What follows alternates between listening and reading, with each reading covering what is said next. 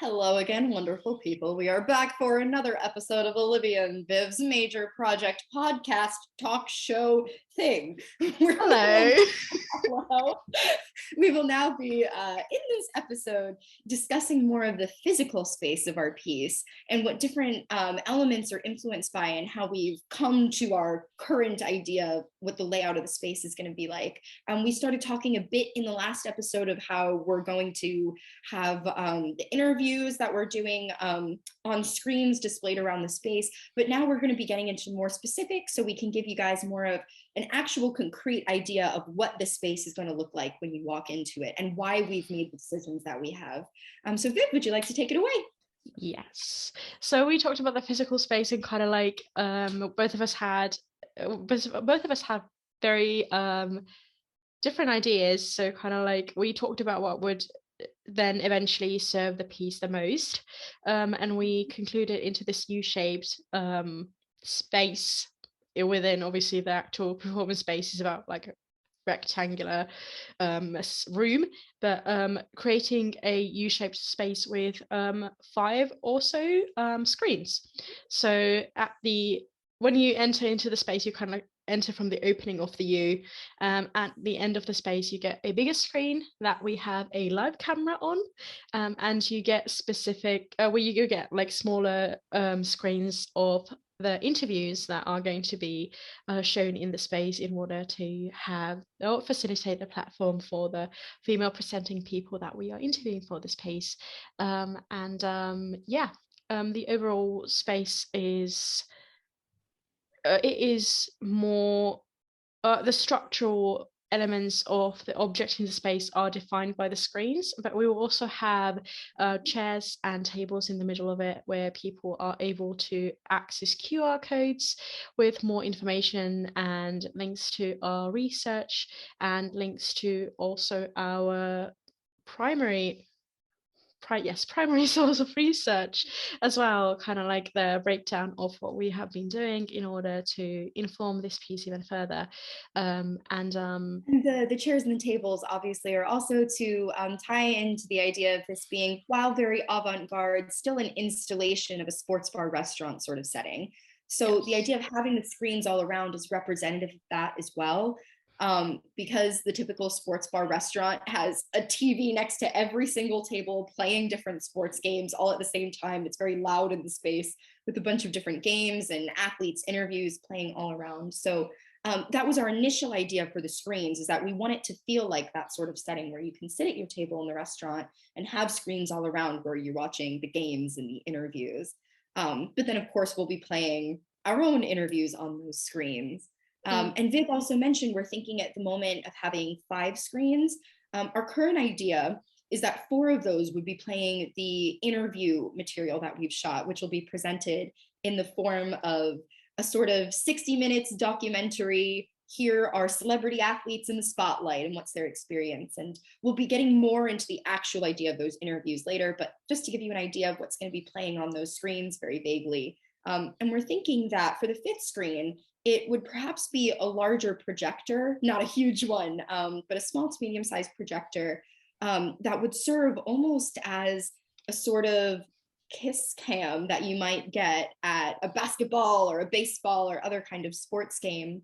And we're not exactly sure how we're incorporating cameras yet, but we will have physical cameras in the space that will be recording audience members as they move through the space, meant to be representative not only of that element of a sports setting of the kiss cam, where if you're not familiar with the idea, at different intervals in the game, cameras will randomly focus on different audience members. It'll typically be zoned in on 2 at a time. Sometimes they came together, sometimes they didn't. But the idea is that if you're on screen, you're supposed to kiss who you're next to, which obviously we will not be forcing audience members to do, but it's inspired by that idea. And we're thinking that we're going to, influenced by the idea of the male gaze, be recording audience members as they move through the space, almost clocking them up and down, like when someone checks you out on the street and gives you the toe to head to toe kind of look. And those videos will be broadcast live up on that center screen. Viv, if you'd like to explain a bit more. Yes, so this is kind of like to create a further juxtaposition considering the idea of the male gaze that we're talking about throughout the entire piece, and kind of like reowning your narrative. And that is just contextualizing it further in the sense of just there is no specific person, there's just a camera that is broadcasting live footage, but also scanning people up and down. I feel like every single female presenting person knows what this feels like, in the way that it feels a bit uncomfortable and then a bit exposing in a bad way. So that is just to kind of like um detach that phenomenon away from an actual person and attaching it to a space where you can expose someone to a wider audience and have that sense of being watched, but that's also being shown to a lot of people. So there's that idea, and there's also a corresponding video that will be on our TikTok channel or TikTok account eventually. If people are aware of the trend that went viral some time ago of female presenting people just literally just having their phones in their back pocket with the camera facing out and just walking in town, and the video literally just clocking people that look at your behind. And there's this idea of the sexualized gaze where you get the view from or you get the point of view from the person who is being watched.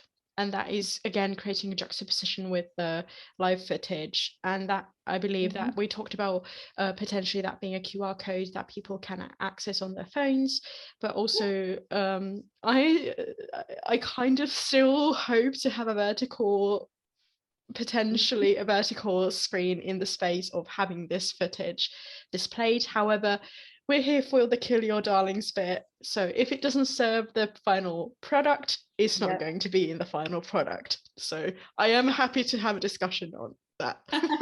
Yeah, we've been discussing it and going back and forth on it and just haven't quite made a decision yet. So that's still, an ongoing talk in the process, because we've been talking about how it'd be nice to have another sort of station of an interactive element somewhere in the space, so people can be sitting at their tables, they can be interacting with the interviews, they can be experiencing the live cam clocking, or potentially go over to another station where they can watch our TikToks of, well, we still haven't done them yet, so we don't know what the results will be. I'm a little bit nervous, but would be seeing those videos of us having our own cameras in our back pockets and walking around and seeing who looks and where.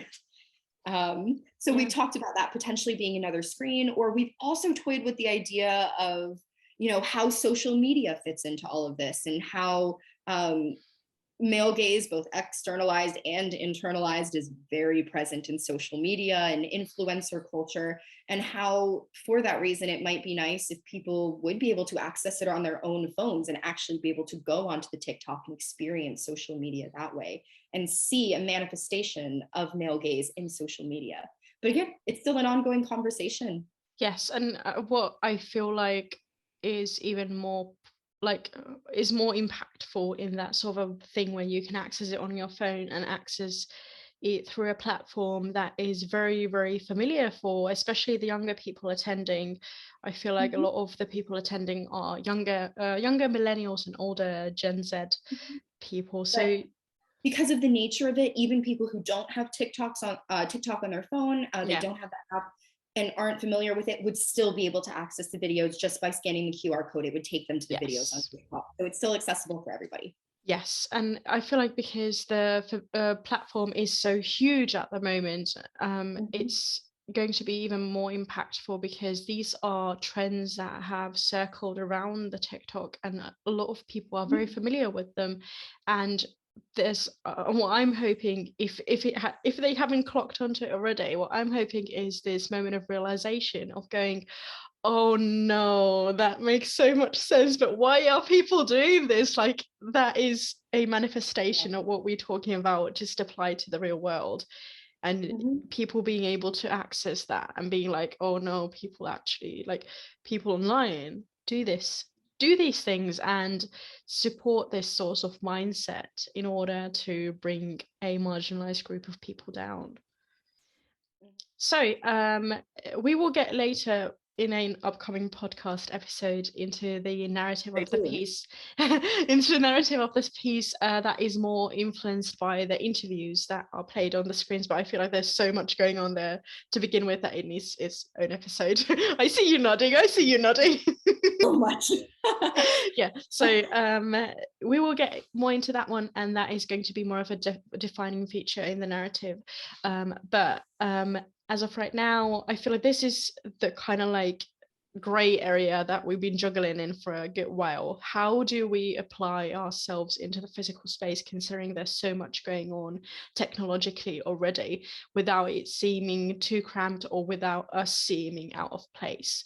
So kind of like this is relating back to the last episode where we talked about homeroom cafe and us being waitresses, and this is kind of like the possibility that we juggled the most, but also relaying back to the last episode, so please go listen to it if you haven't already. The idea of the whore and the Madonna thingy. Would you like to actually, Olivia, go more into that one, considering the roles we took in homeroom cafe? Yeah, completely. So just to reiterate what we said in the last episode very briefly, for those of you who aren't familiar with the concept of the whore Madonna complex, it's that women are kind of forced by externalized and internalized male gaze alike into one of two caricature categories of either being a whore, who is this, more of like a slutty woman in slutty in different ways, and your decisions and the way you dress and present yourself, versus the Madonna, who is a perfect, nurturing mother and wife figure. And what is it to be the perfect woman? And what is it that you can offer to a man? Is it this nurturing mother figure or being a sexual object? And as Viv said, we're going to get now into how we went about that in our previous piece, Homerun Cafe, which is the springboard for this piece. Our new major project piece is loosely based on Homerun Cafe. Viv and I did play waitresses in that setting at a Hooters-style sports bar restaurant. If you'd like to learn more about that, I'd suggest watching our last podcast for more information. So in that space, as we talked about in the last podcast, I'll just say very briefly, we gave audience members menus and they could order us to do different actions off of those menus. So Viv and I played waitresses in the space, and that meant that we were responding to the orders from the menu. So we would have to fulfill the orders by performing the actions that people ordered us to do. No questions asked. It was a commentary on consent in different ways, and sexualization and objectification. And Viv and I played these exaggerated versions of our own personal traits that we've adapted to deal with these matters of objectification and sexualization and consent as well. So I can talk about mine a bit first, and then Viv, I'll give you a chance to talk about yours. But my character was inspired by a kind of person who, I understand, and I have been this person in different ways before, of, well, I can sexualize myself before you sexualize me. If I'm going to be sexualized anyway by male gaze, I might as well just play into it. I might as well just own up to it and exaggerate that before you get a chance to label me. I'm thinking of it almost like, for those of you who have seen the movie Pitch Perfect, maybe, and might get this reference, you have Fat Amy, and people ask, why do you call yourself Fat Amy? And it's like, before she says, I don't mean to get explicit here, but her quote is something along the lines of, so you twig bitches don't do it behind my back. And that's the idea that my character was based off of, is I'm going to be flirty, I'm going to be sexual, and I'm going to give you what you want so that you don't have a chance to sexualize me first. And Viv's character took a very different approach that was inspired by her own life and her own adaptations and adaptations to what she's experienced. So Viv. Yeah, so it was interesting to see kind of like these characters come to fruition, considering how my approach was very, very different. I feel like I've been a people pleaser for a good chunk of my life, and kind of like trying to come from a place of care and maybe nurture, but also the fact that please like me, and I'm just trying to do things and kind of like trying to facilitate a better option, a better anything in order to come across a certain way and come across as not too much, not this troublesome female figure in your life that's just always asking for more and never providing for anything. And I feel like that's a very, very hardwired way of thinking that is kind of also fueling into my sense of perfectionism that is connected with ideas of my identity. Also, like this very, very ingrained way of thinking Yeah. and the way that you are people pleasing that comes out as a nurturing factor. And I will point out though, both of our characters are based on people pleasing, just in different ways. And we can specify it as man pleasing, male gazing pleasing, perhaps. It's just in different ways. And that ties back into the whore Madonna complex, where I guess by those standards, even though, nothing is so black and white, no person is so black and white, but by those standards that are set by male gaze principles, my character would have been the whores and you're the Madonna, but we're really after the same thing, which is to please the male gaze, to be liked yeah, and by the male gaze. it's really, really interesting to kind of like have these conversations, especially because we're both queer women, and kind of like we are. Oh, I'm a lesbian, but I believe that you identify as a pansexual. So also you have a boyfriend currently. Parts, So not parts. yeah, so you have a boyfriend currently, which is also an interesting layer to your experience of your sexuality. So is I this wouldn't recommend it. so so there's this idea of us having this interpersonal, specifically romantic and or sexual relationship with someone that is potentially not even a masculine presenting or man identifying person, and there's still this ingrained idea of coming from a place of pleasing in order to come express femininity in a way that is not taking up too much space, that is taking it away from a man. Yeah, 100%. And it's so interesting you mentioned that we're both queer women, how that affects this. Like, I know something that I face that is very similar with other pansexual and bisexual female identifying people is that I'm attracted to everyone, but I tend to gravitate towards men just because that's what I'm influenced to do. And because I'm so influenced by, wanting to be accepted by the male gaze and wanting to be liked by the male gaze. And it's, it's not that I consciously make these decisions, but subconsciously, even though I'm attracted to everyone, I find myself dating men more often just because there's a kind of validation in there that feels more satisfying somehow. Yeah. And And this so these are the questions that we're asking is why is that? How do we get those adaptive traits and why? And do we hold on to them or can we ever let them go? Exactly. And there's kind of like this idea of potentially bringing these sorts of characters back into the space. We're also currently working fully remotely, like very remotely from the UK. Completely different time zones. Yeah, so I'm in Finland and Olivia is obviously back in the US for a few more days. And the idea that Rachel mentioned during our last meeting. Rachel, our supervisor for this project. Again, hello, Rachel. So the idea of potentially bringing these different spaces into a one physical space. So potentially the characters or the caricatures that we are embodying in the space are not in the same space, so they don't interact, they don't exist to each other even if they are physically in the same space. So there's that idea, but also potentially bringing in that caricature of a whore or Madonna or any other embodied specific stereotype of a modern woman bringing into the space. I'm there considering we are most likely to have a wonderful collection of female presenting people talking about their experiences in the space. Um, we also talked with Rachel potentially having this physical, embodied, pristine woman with a Yeah. 50s dress and an apron and everything in the space, and that is just something that I'm so interested to like getting my hands on. Like that somehow feels so juicy considering the juxtaposition of the entire piece concerning it.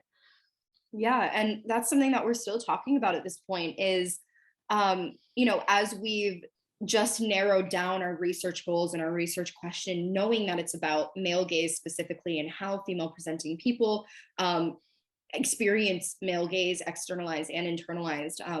That's another thing that we have to narrow down is what is the incorporation of the horror Madonna complex going to be? Is it going to be very central to the piece, or is it something we want to comment on briefly? We just have to figure out what we really have the time and space to say at the moment. Exactly. Because I mean, it works out perfectly. There are two of us, and we're talking about the juxtaposition of two things, the horror and the Madonna.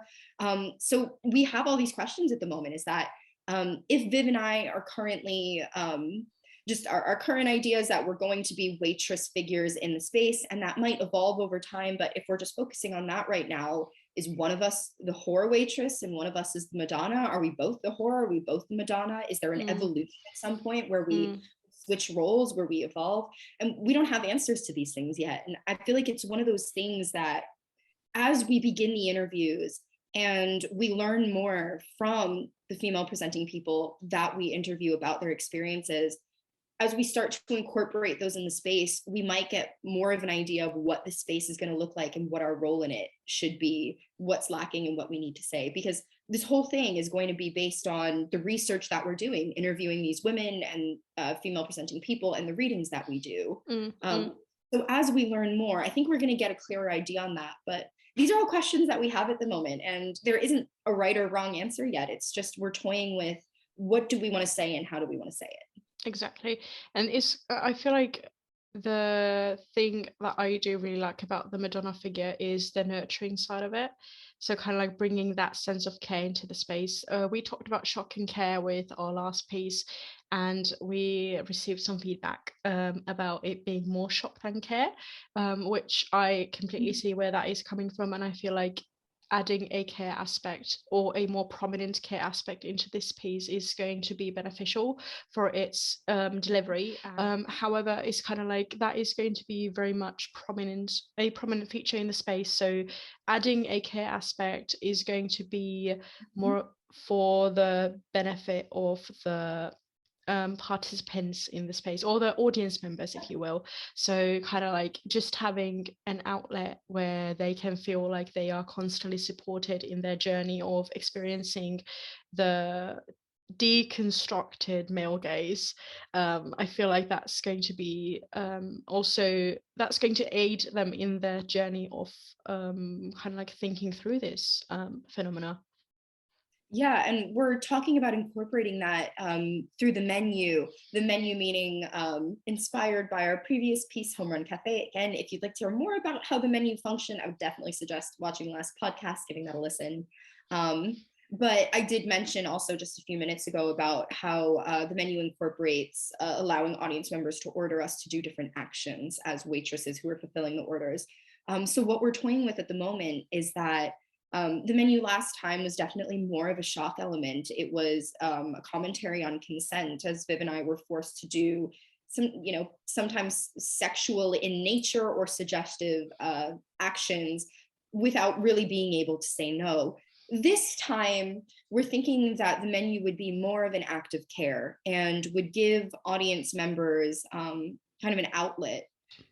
So for example, while things were more shocking last time, this time an order someone might make off the menu. And I know this is very general. We're still in planning, kind of conceptualizing stages, but we're thinking that people would be able to order acts of comfort instead of acts of shock and sexual acts off of the menu. I don't know if that's hugs. I don't know if it's a pep talk and reassuring words. But it would be something that helps them stomach the material they're seeing. And there's been so much kind of like now where I feel like this, we've had several chats over what to include in the space, what to include something that you can access as a QR code, what to include things just to balance each other out so that there's an overall like holistic experience for the audience members to step into. And I feel like now, especially when we established that the narrative is more driven by the idea of male gaze and internalized male gaze, I feel like that is reeling us to kind of like tweak things so that they are more to do with that specific narrative, even though at the beginning of this project it was more about everyday acts of sexism that were still prominent in the lives of female presenting people. So I feel like this is constantly going more and more into this direction. I feel like we are also kind of running out of time here for this Completely. podcast. We always do. There's just too much to Every say. single time. Is there any? We will get more into I feel specific. like we really got it all. Yeah, we will get specific. Sorry, go on. No, you're fine. It's just so Every much. single time. Yeah, no, I feel like we've already said so much in this episode alone. And the main thing that we highlighted is all of these things that we've talked about are ideas.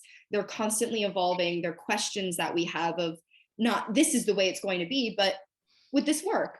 And we'll learn more about whether or not these ideas will work and how they incorporate and work together once we have more of the interview footage and gained responses from the different female presenting people that we're going to be interviewing, because really this whole project is about highlighting their voices and their experiences. So once we learn what those are, once we've done that part of our research, we'll have more of a clear idea of what should the space be, how do we best highlight their material, because it's all about supporting what they have to say in the message of the interviews. So we don't know what people are going to say. We haven't interviewed them yet. And we're not asking leading questions. We're simply trying to learn what people's experience, what female presenting people's experience with male gaze is like. And it's not, the project's not about our experience alone. It's about getting a more holistic idea of what that experience is for female presenting people. So once we have gotten through interviews and we've been able to synthesize the interview material, we'll have a much clearer idea of the answers to these questions. Because right now they're ideas and they're questions. Exactly.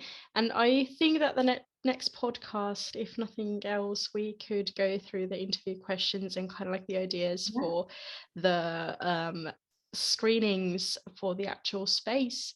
And hopefully by that time we also have some interviews under our belt, and we can talk about kind of like the content that was arising from those and how that is affecting the process that we're going through right now. So yeah, I think that's it for today.